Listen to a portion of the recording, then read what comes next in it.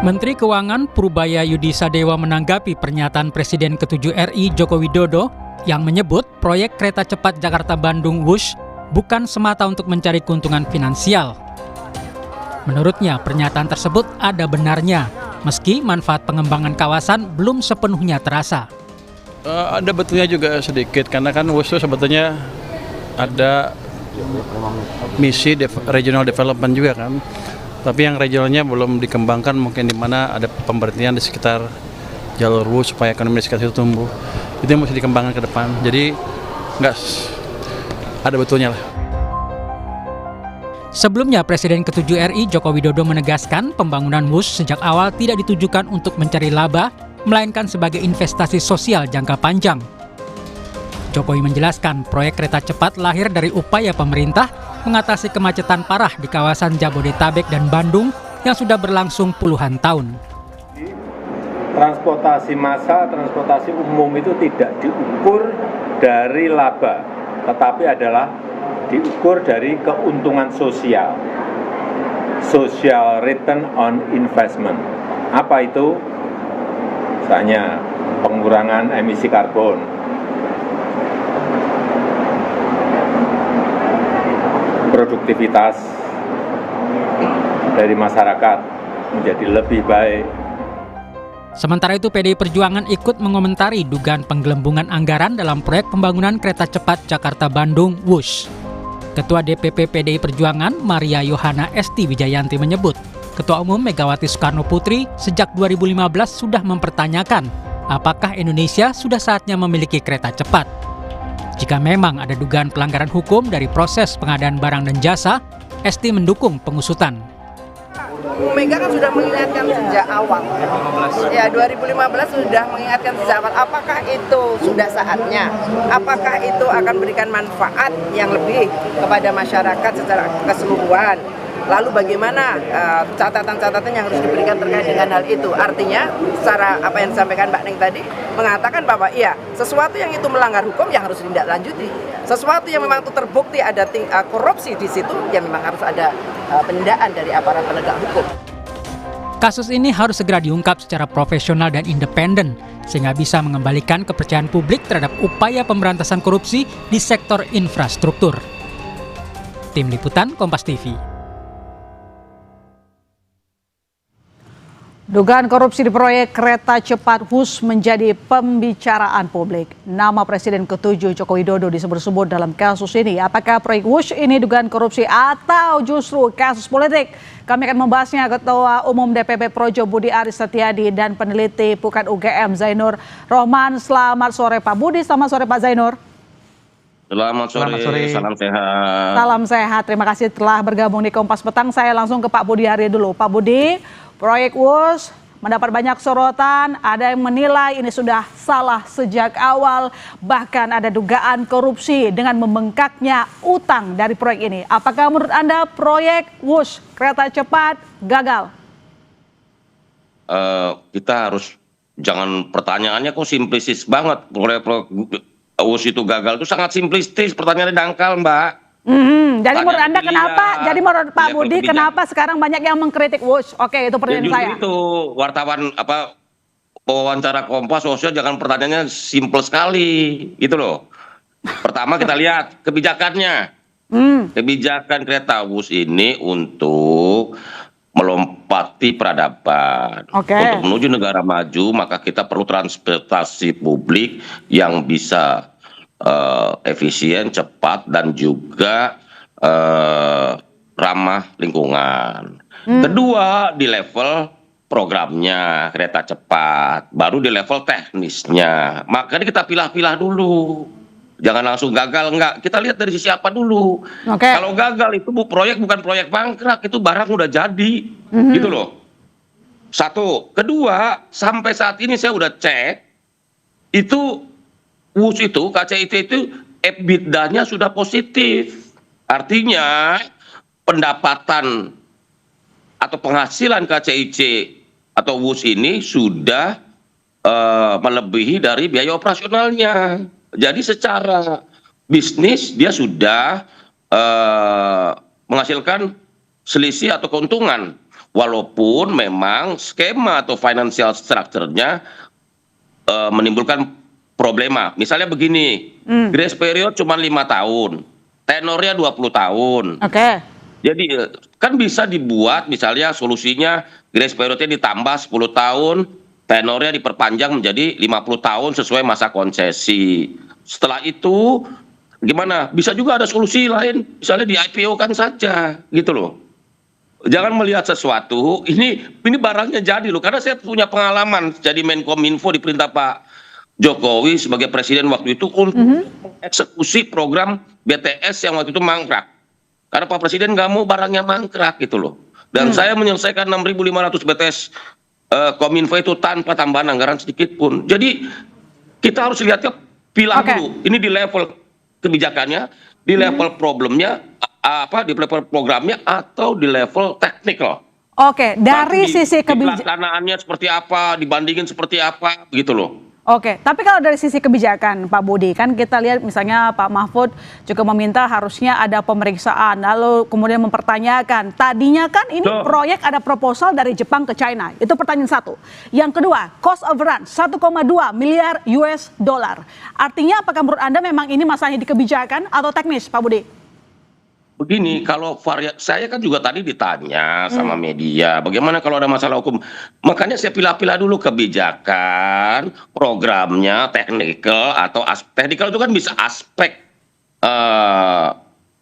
pembangunannya, development atau aspek keuangannya. Diperiksa aja di situ. Kalau saya dukung, saya ditanya wartawan media, dukung nggak KPK melakukan penyidikan? Dukung. Kalau ada problem-problem hukum atau perilaku melanggar hukum dari proyekku, silahkan dikejar gitu loh, nggak ada masalah. Saya pro penegakan hukum. Termasuk Pak Jokowi juga pro ya? Berarti ini hasil percakapan dengan Pak Jokowi kemarin ya? Saya bilang bahwa ini memang ada cost overrun tambahan. Itu mesti dijelaskan oleh orang yang mengerti kenapa ada cost overrun 1,2 miliar dolar. Mungkin keterlambatan program. Itu sangat teknikal itu penjelasannya. Menurut hemat kami nanti pihak yang berwenang dalam hal ini Kereta Api Indonesia atau KCC bisa menjelaskan itu semua, atau orang-orang yang terlibat dalam program ini. Dan Menteri BUMN-nya 2 yang terlibat, yang sangat detail mengetahui semua keputusan-keputusan ini gitu loh. Makanya lihat dulu dari di mana problematikanya, jangan gagal. Saya sekarang kalau ke Jakarta Bandung pas saya naik bus kok. Gitu loh. Jangan langsung berkesimpulan proyek ini gagal, orang barangnya jadi, melayani masyarakat dengan baik gitu loh. Oke. Nggak usah dibilang gagal. Oke, sudah karena proyeknya sudah jalan. Sekarang kan kita tinggal melihat bagaimana nanti hasil mungkin yang kita tahu sekarang mungkin. Problemnya nanti kita akan lihat, nanti kita lanjutkan. Gini, problemnya di financial structure-nya. Karena gini, prinsip-prinsip transformasi publik itu memang bukan mengejar keuntungan, tetapi benefit. Contoh MRT di Singapura. Mana kalau dihitung-hitung untung sama investasi nggak akan bisa. Di Amerika, baik, nanti di New kita York, itu kereta transportasi publiknya disubsidi 500 juta dolar per tahun. Ya, itu disampaikan oleh Pak Jokowi kemarin ya, bahwa ini benefitnya untuk sosial. Saya ke Pak Zainur. Pak Zainur, apakah desakan untuk mengusut dugaan penyimpangan sudah tepat atau belum? Nanti dijawab. Usai jeda, saudara tetap di Kompas Petang. Ya, kita lanjutkan dialog kita. Saya ke Pak Zainur. Apakah desakan untuk mengusut dugaan penyimpangan sudah tepat? Anda melihat ini adalah upaya untuk keterbukaan atau justru ada unsur politis di sana? Pak Zainur. Harus dong, harus dilakukan audit investigatif untuk membuka ini semua. Apakah betul telah terjadi tindak pidana atau murni itu persoalan kegagalan di dalam perencanaan. Bahwa proyek KCIC ini mengandung masalah, jelas terjadi overrun lebih dari 30%. Juga beban operasionalnya juga sangat tinggi, beban utangnya juga sangat banyak, harus dicicil dalam jangka waktu yang sangat panjang, bahkan 40-60 tahun. Ini kan artinya ada problem di dalam proyek tersebut. Pertanyaannya, problem dalam proyek tersebut itu karena perencanaan yang buruk atau markup di dalam pembangunan. Nah, untuk sampai pada jawaban itu membutuhkan audit.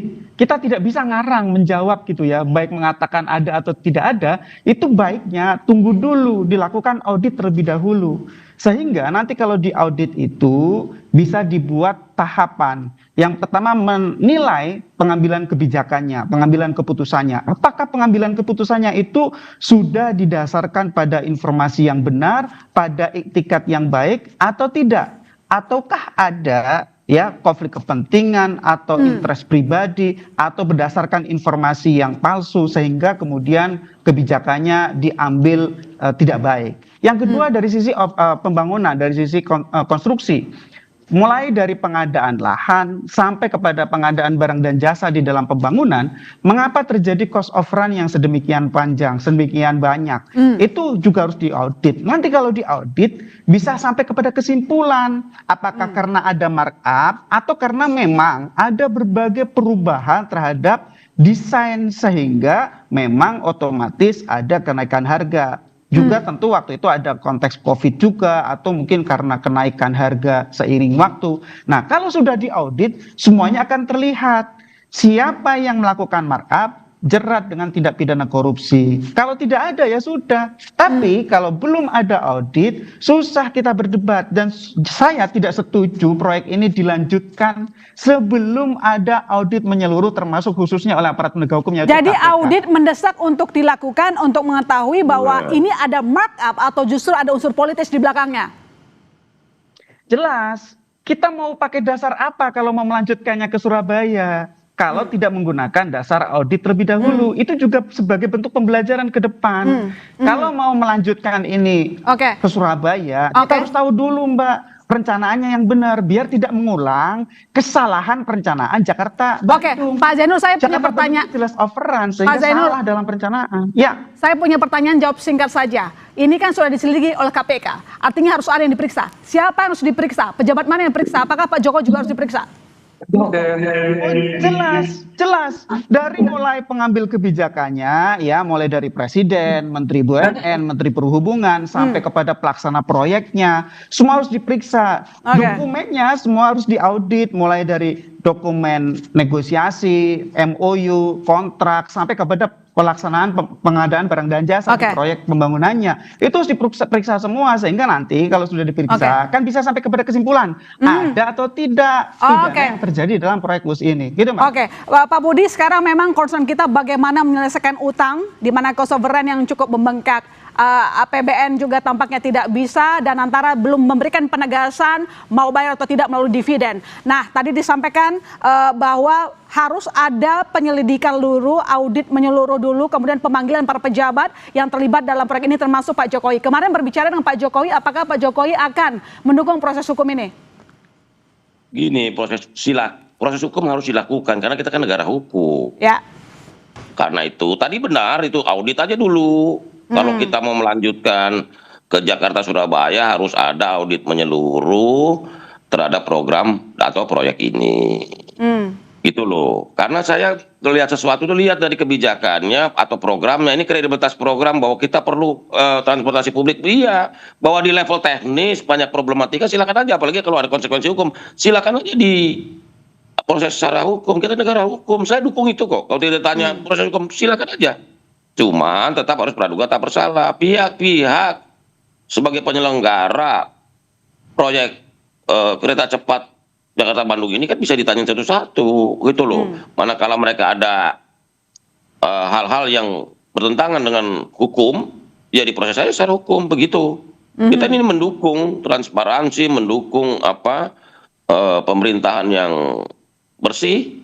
Tetapi juga jangan semena-mena atau serta-merta dengan gampangnya ini gagal, enggak. Nanti setelah Pak Prabowo nggak jadi presiden, nanti diumpak-umpak lagi soal MBG, soal Koperasi Desa Merah Putih, soal perumahan rakyat, program-program ini kebijakan pemerintah ini problematikanya gimana? Pelaksanaan apa di level kebijakan? Kalau kebijakan kan nggak bisa, itu pilihan politik kok. Gitu loh. Baik. Kita menunggu keterbukaan terkait dengan proyek ini sehingga Betul, tidak kita dukung lama menjadi auditnya. polemik di masyarakat begitu ya, supaya jelas di mana duduk perkaranya. Setuju. Terima kasih Pak Budi Ari, terima kasih Pak Zainur Terima telah kasih, Pak bergabung Zainur. di Kompas Audit. Petang. Selamat petang.